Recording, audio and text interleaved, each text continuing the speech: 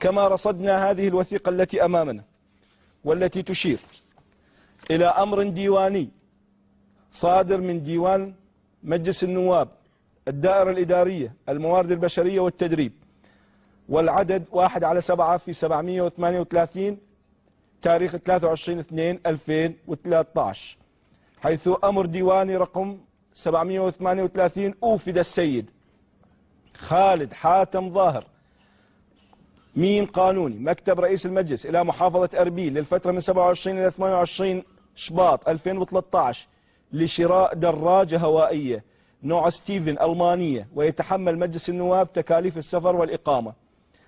أياد نامق مجيد رئيس ديوان مجلس النواب 24/2/2013. نحن نكشف هذه الوثيقة.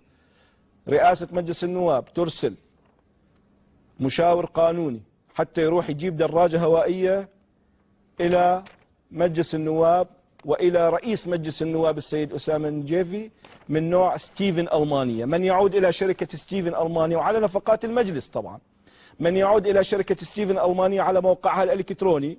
شوف الموقع، زميل المخرج شوف لقطات للموقع. سعر هاي الدراجة الهوائية الستيفن هو 9990 يورو، يعني احنا مشترين بحدود 12,000 دولار دراجة هوائية إلى مجلس النواب، إلى رئيس مجلس النواب. ولا باخد في الشارع حنا